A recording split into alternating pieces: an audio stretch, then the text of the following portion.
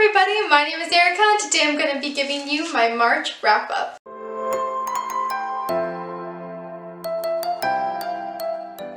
So I'm actually pretty pleased with everything that I read in March. While some of the books were more disappointing than I was hoping, I did actually enjoy all of the books I read. I managed to read 6 books in the month of March, which to a lot of people that isn't a lot, but for me that was a pretty good amount, especially with work and everything. So I'm excited to be telling you about what I read in March, and let's just get right into it. The first book that I finished was Lore by Alex Bracken. So I have talked about this book a lot recently in my anticipated releases and whatnot. I'm just going to give a nice brief synopsis about it and what I liked about it and all that. So this book follows a girl named Laura Perseus. Her family are these descendants from ancient bloodlines in Greek mythology. So they are all descended from gods and goddesses. Laura's family was brutally murdered by another bloodline, and they're all rivals with each other. Every 7 years, the gods become mortal. They are hunted down and killed, and whoever kills the original gods becomes that god, so they can take on their powers, but they can choose their own name and everything. So that's been happening for a while now. So the only gods that are left are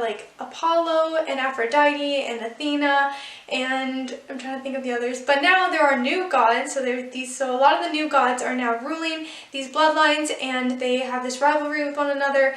Laura is the last of her bloodline. She has left this life behind because of how brutal and dangerous it's been. She's been trying to hide from all of this, so she's trying to live a normal life in New York. So then one day while she's at this boxing match, she comes across somebody from her past, one of her old friends who she learned and trained with, and that is Castor. Castor hadn't been able to find Laura after all this time, so Athena comes to Laura because she's seeking refuge, and that she wants to form this alliance, this bond that they will have, so that if Laura gets killed, it will kill Athena, but if Athena gets killed, it will kill Laura. So they make this alliance, and Laura decides that she's going to help them. She doesn't want to deal with this life anymore. This is a pretty intense journey for Laura, as she has to kind of come to terms with her past and everything that happened to her and all the brutality she's had to face in her life. She's also trying to get familiar with Castor once again because they were very close in their past, and she doesn't really know how she feels about him now. I really enjoyed this book. I think I gave it 4 out of 5 stars. Was not a huge fan of the romance that we have in this. I just feel sometimes with YA,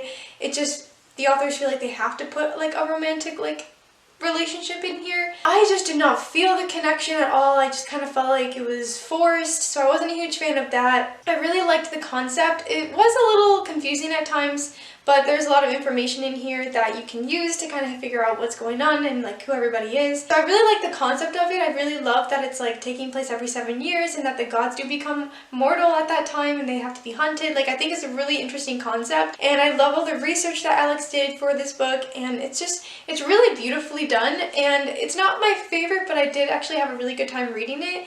At moments it was hard to put down, other times I did kind of feel a little bored, but I really liked the setting and the characters, and I like how in-depth it went with Greek mythology. You don't have to know all the Greek myths, but it's really cool to kind of be familiar with some of it, just so you can kind of get a sense for the characters and the world that she's created. This is a standalone. I'm not sure if she's going to be putting anything else in this world with these characters, but I feel it ended decently, so I don't believe there is going to be another book. But it's really cool. Definitely a strong YA novel. Alright, the next book that I finished in March was The Lost Hero by Rick Riordan. I have been saying for years that I was going to read the Heroes of Olympus series, and I kept putting it off. I started this book once and I got really bored immediately, so I didn't continue with it. But I decided that since I finished Lore and I was on the Greek mythology kick, that I would try to read this series, and I didn't know what else to read right after, so I was waiting for some books. So I thought it'd be a good time to finally pick this up. So this is a middle grade novel, as pretty much everybody knows, and we're following the character named Jason, who has lost his memory. He winds up on this school field trip with a bunch of misfits. Immediately, there's these monsters coming after him. He has no idea who he is, where he's at, or why he's there with these people. We are following Jason and Piper and Leo once they get to Camp Half-Blood, and they meet Annabeth and a lot of our other favorites from the past in the Percy Jackson series. Percy Jackson is currently missing, so Annabeth is really stressed and worried about him. Meanwhile, Hera has been captured and they need to free her. All of these monsters are coming back from the dead really quickly, so Jason has to go on this journey to try to find his memory while also trying to find bits and pieces of what happened to Percy, and they need to save Hera and all of this stuff. There's just a lot happening in this book. We're not only following Greek mythology. Jason is actually more on the Roman descendant side, like, so the Greek gods have another side, which is their Roman side, so there are their other names, because he's really confused because he only knows them as their, like, Roman names. I honestly was not, like, the biggest fan. I'm just not really into middle grade novels, usually. I don't know, there's just a lot of stuff that goes on. I did enjoy it, like, it's a fun book, but again, it's not one of my favorites, and I am currently reading The Son of Neptune. I like the world, like, I love the concept, and I love the Percy Jackson series. I mean, that always meant a lot to me when I was younger, but now I'm just not really a huge fan, but I'm happy that I'm finally starting to get into this series. Wasn't really my big cup of tea. I gave it 3 out of 5 stars, and it's like a good middle grade series, but I'm just not always in the mood for it, and a lot is going on in this, so there's a lot of action and storyline and stuff that gets you into it, but I feel like it's a lot of repetition. Like, I just feel like they're saying the same things over and over again, we're learning the same things over and over again. I just feel like all of his books are all very similar, and there's just a lot of, like, little things that kind of annoy me. I'm not even sure if I'm explaining it right, but that is the next book that I read for the month of March. So the next book that I finished was A Court of Silver Flames by Sarah J. Maas. I've been putting off Sarah J. Maas's Crescent City book for a while, but I wanted to read this because obviously we get the familiar characters, the world that I love so much in ACOTAR, and all of that. So if you guys do not know, this is the 4th installment in the A Court of Thorns and Roses series. However, instead of following Rhysand and Feyre, we are following Nesta and Cassian and all of them. So we're following Nesta after all of this stuff has happened. It's been a while since I read A Court of Frost and Starlight, so I don't really remember everything, but a lot of people are really mad at Nesta right now. And Nesta has been living a very dull life as of late. She's very unhappy, but she has been using that and sleeping with any male she can sleep with and just drinking herself to oblivion and spending the court's money. Rhysand and Feyre are very upset,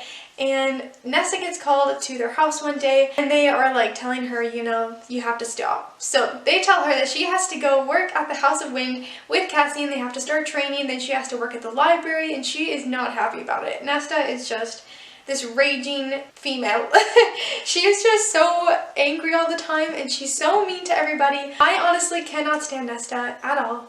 I've never liked her in the past, and I just wasn't a huge fan of her. But anyway, we are following Nesta as she is trying to train to become a better person. And she's working in the library. Meanwhile, they are trying to figure out her magic and her power. She says she doesn't really have power, but they all know differently because she's actually, like, a pretty powerful fae. And also, the human queens are brewing their own little thing that's happening, and they are looking into that. They have to find these 3 items that the human queens are after, and they have to get them first because if the human queen gets them, she will have like this unlimited crazy power. I'm not going to really do a huge in-depth review, but I was not a huge fan of this book at all. Like, I mean, I gave it 3 out of 5 stars. Originally I gave it 4. I thought about it some more and I was like, I'm giving it 3. Hear me out. I know there's a lot of mixed opinions. I like that Sarah J. Maas is confident in writing sex in her books. I think it's important. Of course, a lot of people really enjoy it. I didn't mind it in A Court of Mist and Fury and Wings of Ruin. Didn't mind it as we got further into the Throne of Glass series. However, I feel like this entire book was sex. Like, honestly, I'm not even joking. It was half the book. Half the book was just them and all of these different things that they were doing, but we hardly got any storyline.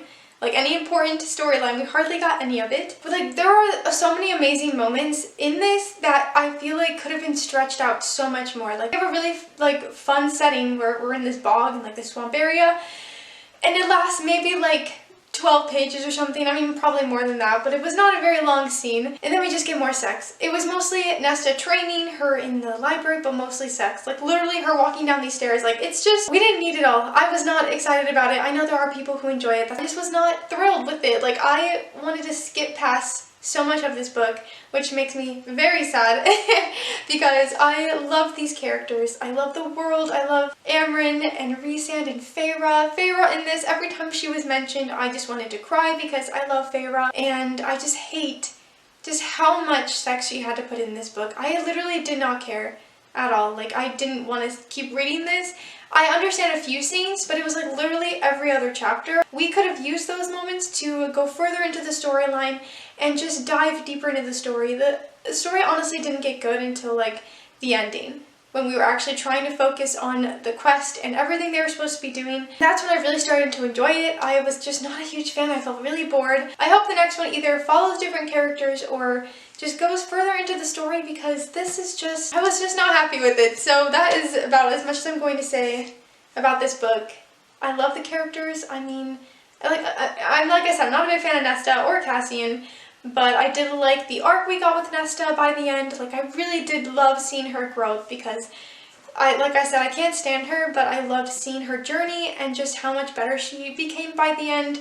And that made me really happy. I loved having Feyre in this and Rhysand and everything. And I love Morrigan. I really hope we get more with Mor in the next book, because she was mentioned so many times. She was hardly ever there.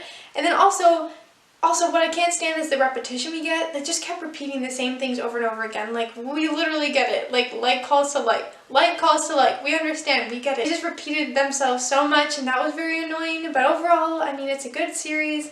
I will always read it, and I support Sarah J. Maas and everything she does, but I just was not a fan of all the smut in this book.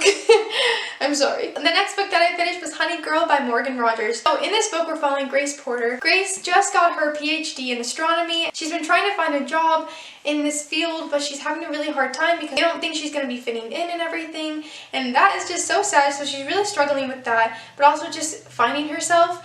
So her and her friends go on this trip to Vegas, and meanwhile she gets very drunk and she actually marries another woman, and she has no idea who she is and like how it happened. But the next day she wakes up with like a photo and this ring and like a bride shirt and everything, and so she is like completely surprised with herself because she's never let herself get off track or get off schedule or get off anything. Like, she's always been the one to be prepared and ready and very organized, so she's very surprised with herself. But when she goes back home, she decides that she really needs to take a different step and take a different journey, because she's really struggling with this rejection and everything that's happening for her. So she tries to like tell her dad. Her dad is this military man. He's very hard on her. She's never really felt like he's believed in her and has always kind of pressured her into a certain path. Her dad wanted her to go into the medical field, but she wanted to do science and astronomy because it meant a lot more to her. So she decides that she needs a break. So she ends up going to New York to meet with her wife. So they end up staying with each other. So her wife's name is Yuki, and she's very fun and very sweet. She has an apartment with some other people. They're all like this nice queer apartment group, and Grace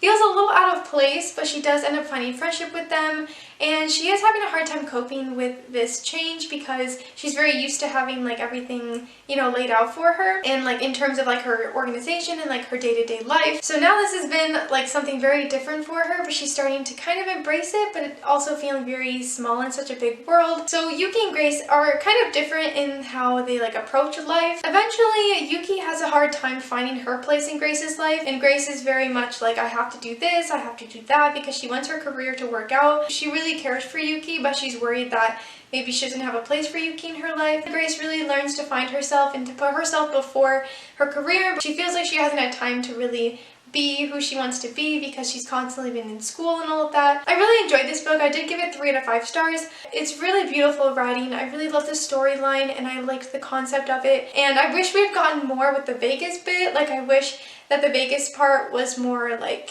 extended upon instead of just like a brief chapter. But overall, I really did like this, like the writing style, and I liked the characters. I think it touches really beautifully on mental health and how to really handle that, and it really shows you how to put yourself first instead of the expectations that others have for you. I feel like it was really slow at times. That was one of my big issues, and just again, some of the characters were a little bit much for me. But overall, I really did enjoy this book, so I highly recommend this if you're looking for a cute contemporary novel. Alright, the next book that I finished was actually a book of poetry, and that was Easy Does It by Jennifer Moore. She was one of my past professors at Ohio Northern, and I read her book, The Veronica Maneuver, several years ago now, and then I wanted to pick this one up immediately, and I absolutely loved this. And it is Poetry Appreciation Month, so maybe I'll do some more videos like I did last year in poetry. You have to read these poems out loud because they are so beautifully done. Like, she is amazing, and I was just like obsessed with reading this. Like, I couldn't get enough, and within a few pages and a few poems, I was in love. The diction is so visceral and tangible, and just everything. It's so good, and it's very gripping and emotional. I found myself like having to hold back tears while I was reading at times, and her imagery is absolutely stunning. Like, just how specific things are, and like her word choice is absolutely beautiful and so poignant. You can see the images so clearly, through the writing, and like I said, you have to read these out loud because the diction is very strong and her word choices are so fun but also really just lovely. Like, I can't even explain it. Like, I'm not really good at talking about poetry, but I absolutely love this book. If you're looking for a great book of poetry, definitely check out Easy Does It. It's just stunning. Like, my favorite, there's a beautiful line, "Will you fill my piano with water as I dreamed you would?" Like, it's just absolutely beautiful. You have to read these poems out loud to yourself or to others because they are absolutely stunning, and I just absolutely loved it. So definitely recommend this book of poetry. I'm obsessed with it. I've already reread most of it a couple times, and I just can't recommend it enough. Alright, the last book that I finished in the month of March was A Dark and Hollow Star by Ashley Shuttleworth. I went in with very high expectations and I was honestly a little disappointed, but here we are. We are following 4 queer teenagers. We have Arlo and Nausicaa, Aurelian and Vehan. Basically, it's an urban fantasy, so we're following it's like Seelie and Unseelie core, all of those types of fae and fairies. Then we are in Toronto, Canada, so all of these humans, Ironborns, are being killed, and the fae don't really want to have anything to do with it. They're thinking that it's nothing, that it's just like normal everyday human life, but a lot of the fae believe otherwise. So they want to dive into this case and try to figure out who is killing the Ironborn and why. And we're following Arlo, who is Ironborn as well, but she also has magic inside of her. She doesn't really know how to use it because she's still very young. She had to go to court basically because they had to decide if she was going to be staying with the fae world or have to be solely human and live in that world, but she's been able to push back that trial and everything. And then we're also following Nausicaa, who is considered the Dark Star. She's being blamed for all of these deaths because in the past she killed a bunch of people she wasn't supposed to kill. Now she's stuck in the Mortal Lands, so her and Arlo team up together along with Vehan and Aurelian, and they are trying to figure out what is happening to these humans and what is going on and all of that. I'm not doing a very good job explaining it because honestly I was confused for pretty much the entire book. I'm not even kidding. Like, I don't know if I just wasn't putting myself into it as much. I really did try, but I was honestly very bored, first of all, and there are a million info dumps in this story. Like, every other page I'm just getting all this explanation, and normally those things don't bother me because I want to know everything, but there's just so much to the fae world and like the Seelie court, Unseelie court, the like autumn, spring, and summer courts and all of that, and I was just very lost. The plot is very confusing to me. I don't know why I was so confused, because it shouldn't be, because, you know, I read a lot, but I just felt like the setting wasn't, I just couldn't visualize a lot of things that were happening. All of a sudden we were doing one thing into another, and like transitioning just didn't feel like it was flowing to me. Like, it just kind of felt like all of a sudden we're here and I'm like, how did we get here? What is happening? Like, how did this lead up to this? I just felt like we were being told so much stuff instead of being shown what was happening, and I was just very lost. But I really tried to love this book. I did. I gave it 3 out of 5 stars because I really like that it's queer, because we get Nausicaa and Arlo, who are these useless lesbians, but they don't really know it yet. Nausicaa knows, but Arlo's a little confused. I feel like I'm gonna have to reread this book and really take more time, because I did take a lot of time to read it, but I was very bored and confused most of it. Like, half the time I just feel like I didn't know what was happening, or like where we were at, what our setting was. I really struggle enjoying urban fantasy, but I was like, okay, it's like the Mortal Instruments kind of. Just like give it, because that's like the first urban fantasy I've ever really read. But I was just very lost, and I really did want to love this book, but I had a very hard time getting into it and then understanding what was going on. I loved Arlo very much, but I also just feel like a lot of the characters had the same voice, especially like Vehan and Aurelian. Like, I just felt like their POVs were almost exactly the same, and I was confused as to who was who. So yeah, I liked this book. The cover is absolutely stunning. I really like where it's going. Like, I like the world that it's taking place in, but I honestly just had a hard time visualizing it and understanding the plot. It was just very confusing to me. So hopefully if I reread it, I understand it better, because maybe I just wasn't in it for this time, and maybe next time I'll be at a better place to read it and understand what was going on. But overall, like I said, I do like the concept of it. I just was very lost. Alright everybody, these are all of the books that I read in March, and I'm very happy with my wrap up. Like I said, I did enjoy most of these books for the most part, but I did have my issues. Overall, it was a very strong reading month, and that is all I have for you today. If you like this video, be sure to give it a nice little thumbs up. If you want to keep following me on this booktube journey, please subscribe to my channel. You can follow me on Twitter and Instagram at ErikaAGobble. Thank you all so much for watching. I'll see you soon with another video. Bye!